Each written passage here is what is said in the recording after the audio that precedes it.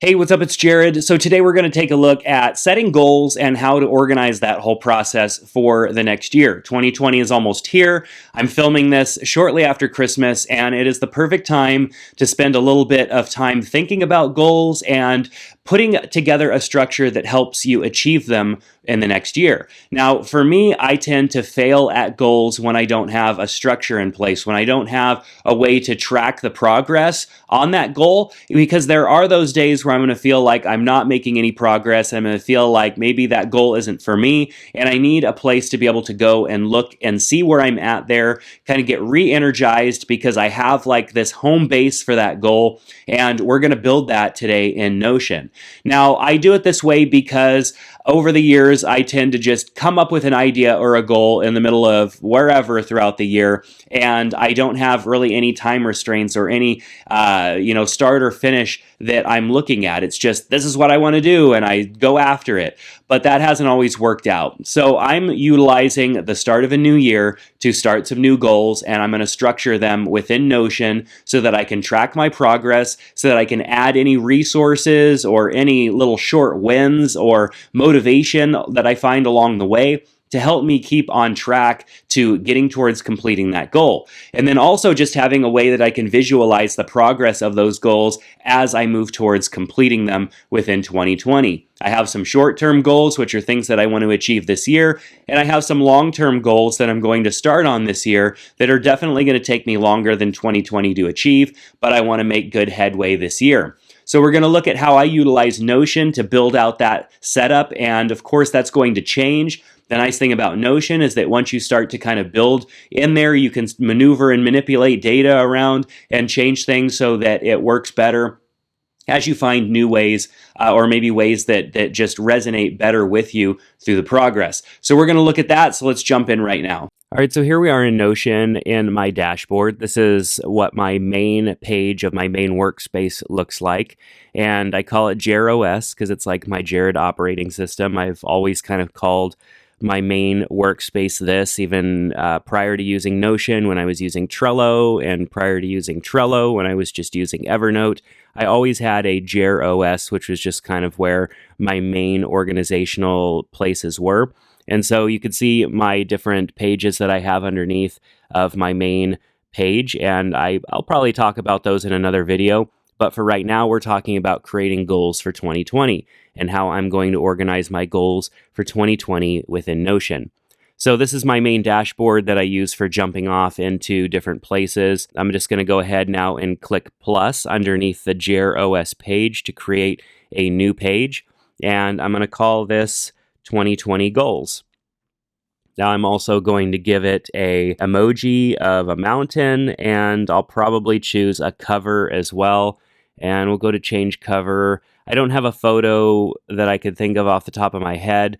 I like to use my own photos whenever possible, but if I don't have a photo, I'll just use the Unsplash search and then type in like mountains or I don't know, something that would represent this page pretty well. We'll just go with this one for right now, and I'll probably change it to something else in the future. I can kind of reposition this a little bit just to get those beautiful mountain peaks in their safe position. So I like using the visual aspects of Notion just because I'm a visual person. I love photography, and I like making each of these areas look and feel different. Let's go ahead and create our table first, and then I will open this up wide. What we need to do is choose a database, and there are these different databases here.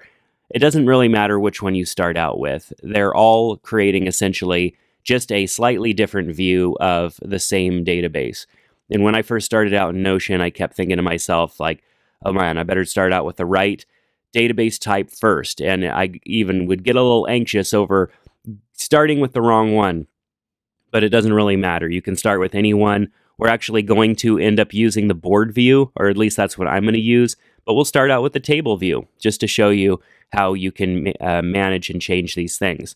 So now we're in a full view. You can see down here we have our 2020 goals, which I can move and reposition if I wanted to, just to like make it a little higher up on the list or something so that it's more visual. I don't want it down at the bottom of the list.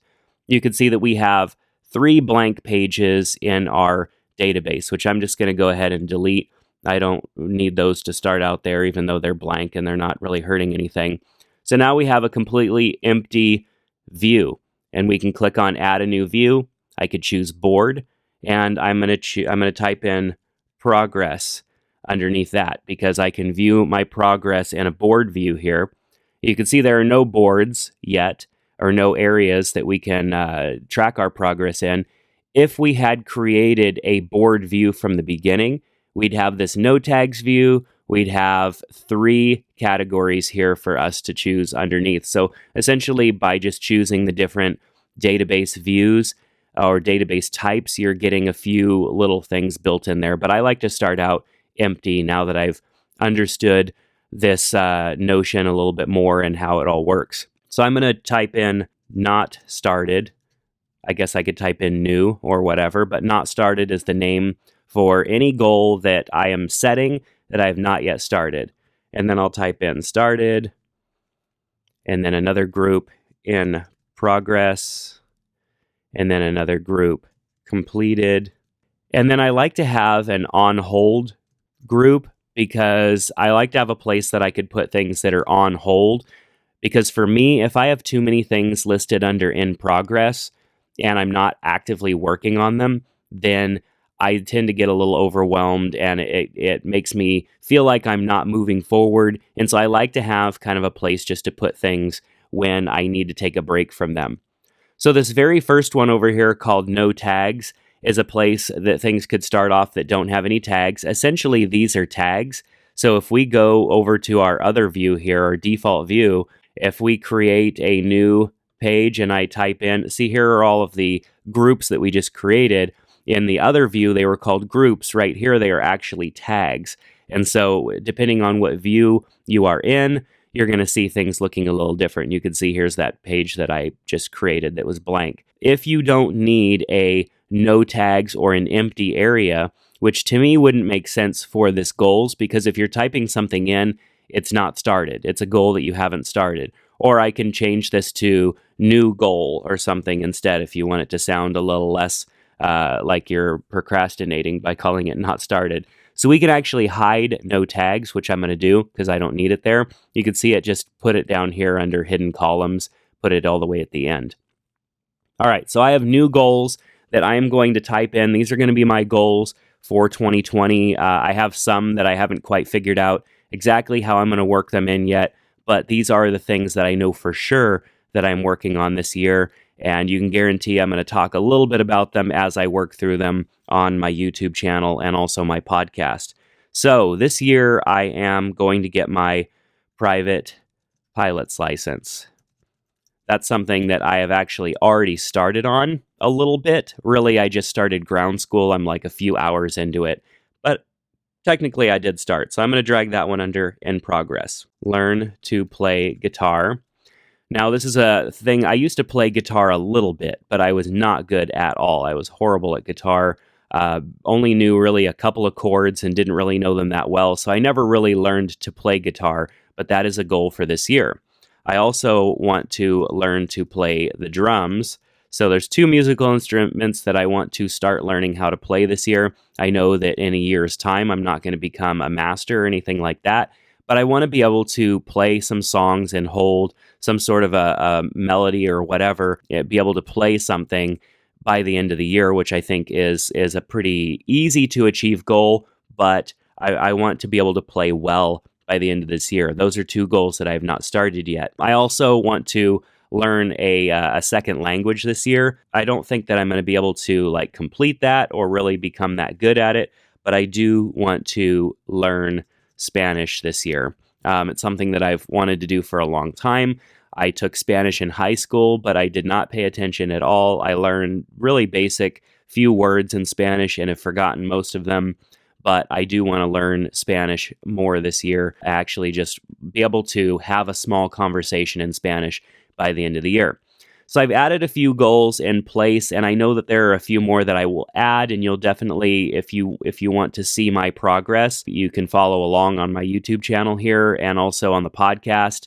You can also check in with me on social media. Instagram, Twitter, stuff like that. So there was another goal that was more of a shorter term goal that I'll add because these are challenges that I have for myself, but I guess they're also goals. I have a road bike, like a cycling bike, that I hardly ever ride anymore, and I have a trainer, and so I actually want to do 40 miles per day on the bike. I know I'm not going to be able to start out doing that, but for 30 days, I want to do 40 miles per day on my road bike. 30-day challenge.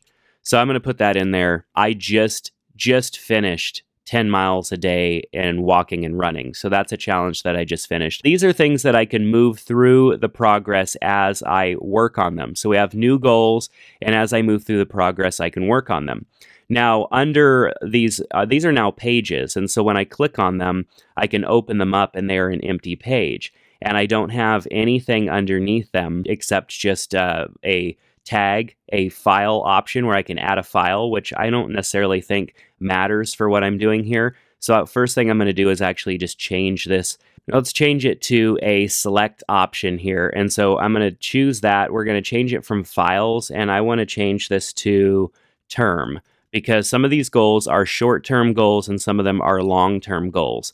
And what I mean by like a short-term goal is something that I'm going to be able to achieve and is completed this year. A long-term goal is something that I want to continue to do forever. Going into the future would be something like learning Spanish. Obviously, I don't just want to learn some Spanish and then not ever utilize it. That's a long-term goal. I want to always be able to speak Spanish. So I'm going to put short-term, and we'll create this one in here. And then I'm also just going to create long-term here as well. And this can only be one or the other. So I could choose short-term or long-term. I can also change the color of these if I would like. So we'll just go ahead and choose the color and change the colors. There we go. All right, so this private pilot's license is a short-term goal because I can achieve that. Once I have my license, maybe my new goal will be flying a couple times a month or something like that. But that's a short-term goal. Learn to play guitar. I'm going to be learning to play guitar. That's a short-term goal, I guess you can say, because I'm going to learn to play guitar. A goal going into the future might be writing my own song or something like that. And so a lot of these, I guess, now that I think about it, are more short-term goals. Even, I guess, learn Spanish is a short-term goal because I will learn enough Spanish, hopefully this year, to be able to have a conversation. And then maybe a long-term goal would be to, I don't know, cultivate some relationships where all I do is speak Spanish with those people. I don't know, something like that. So I guess I'm creating a lot of short-term goals here. So those are my goals that I have entered in. And as I get through them, I can move them through the process. Learning to play guitar, for one, I may actually just type into the page here. So now this is an official page because I have started to type into it. I'm going to create some check boxes because there are some things that I need to do in order to start learning to play guitar. So I already have a guitar. That part's done. So I guess I could put that in here, buy guitar. That's already done. I can check that one off. I'll then put in here, download a few apps. So I need to download a few guitar apps because I'm going to teach myself how to play guitar utilizing some apps and YouTube videos and stuff like that. My goal for learning to play guitar was to learn on my own, utilizing tools and stuff that other people have created out there, rather than having face-to-face lessons. The next thing, I guess, would be set aside an hour each day to learn guitar, because I do want to plan that 5 days each week I'm going to spend an hour a day playing guitar, learning, going through a lesson in the app or something like that. So now I have some things that I can do to start to get down that progress of learning to play guitar. So for private pilot's license, if I had some things I wanted to check off here, join online ground school, find a few YouTube channels to follow, because there are some great YouTube channels from some like certified flight instructors and stuff like that that post some really good information. For me, learning to get my pilot's license, a lot of it is going to be understanding terminology and being able to kind of speak that language. That's definitely something I want to familiarize myself with.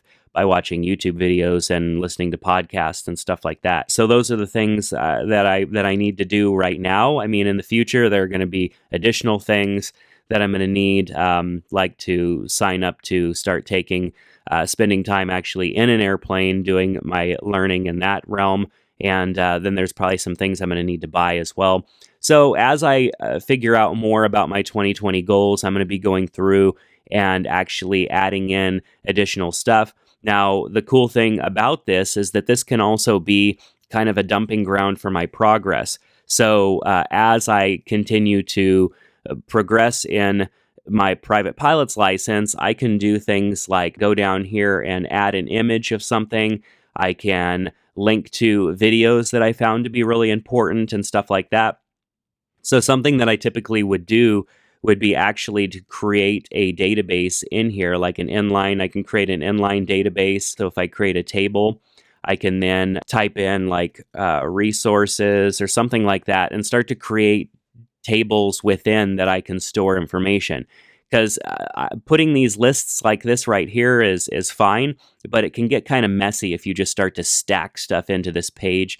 Using these tables is really kind of nice. So under this resources, this could be where I put videos that I found useful or documents that I found useful for my private pilot's license. And this can be kind of a place where I add everything that has to do with getting my private pilot's license. I can have a files here. I can also add in like a URL for web addresses. And so I could change this one to URL, and that could be like a YouTube video URL or something like that. And I can reorder these however I feel they would be best to be organized. And then I can just add in what those resources are. So for example, the first resource might be the online ground school that I joined, which is basically your classroom study. I could put in angle of attack website, and then I know their website because that's the online ground school that I joined. If there were files or something, I could embed those and attach them.